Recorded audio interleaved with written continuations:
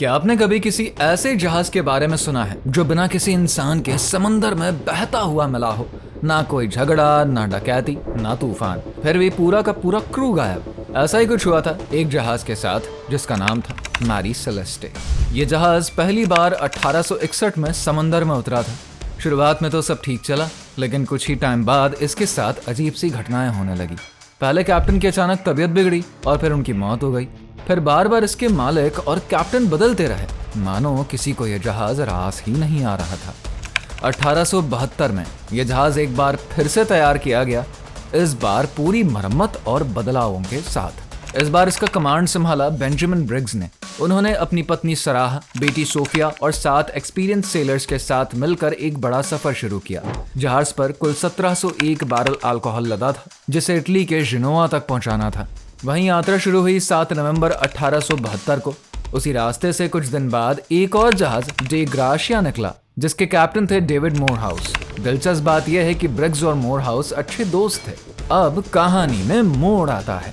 25 नवंबर को Mary Celeste की आखिरी एंट्री उसकी लॉगबुक में होती है, जिसमें लिखा गया कि वो सांता मैरिया आइलैंड के पास हैं। इसके 9 दिन बाद डे ग्राशिया के लोग समंदर में एक जहाज को बहते हुए देखते हैं, बिना किसी कंट्रोल के। जब वो नजदीक जाकर देखते हैं तो पता चलता है कि वो मैरी सेलेस्टे ही है।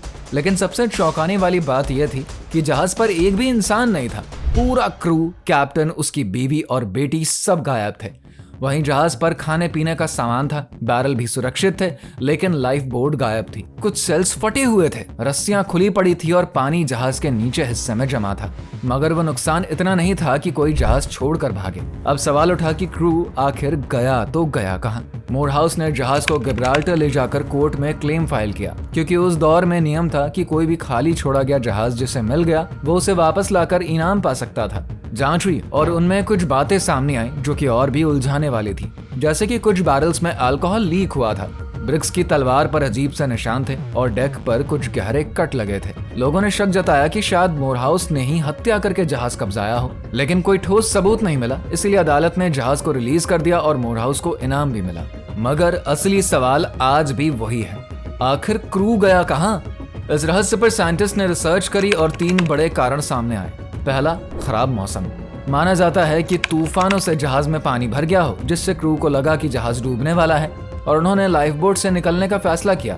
दूसरा, सीक्वेक, यानी कि समुद्र के नीचे भूकंप। इससे जहाज हिला होगा और होल्ड में रखी अल्कोहल लीक होने लगी होगी, जिससे कि धमाके का खतरा महसूस हुआ।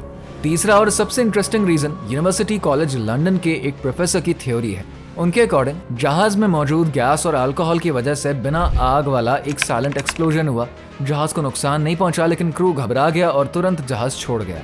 शायद वे रास्ता भटक गए या फिर समंदर में समा गए, और इस तरीके से मैरी सेलेस्टे बन गया इतिहास का मशहूर घोस्ट शिप।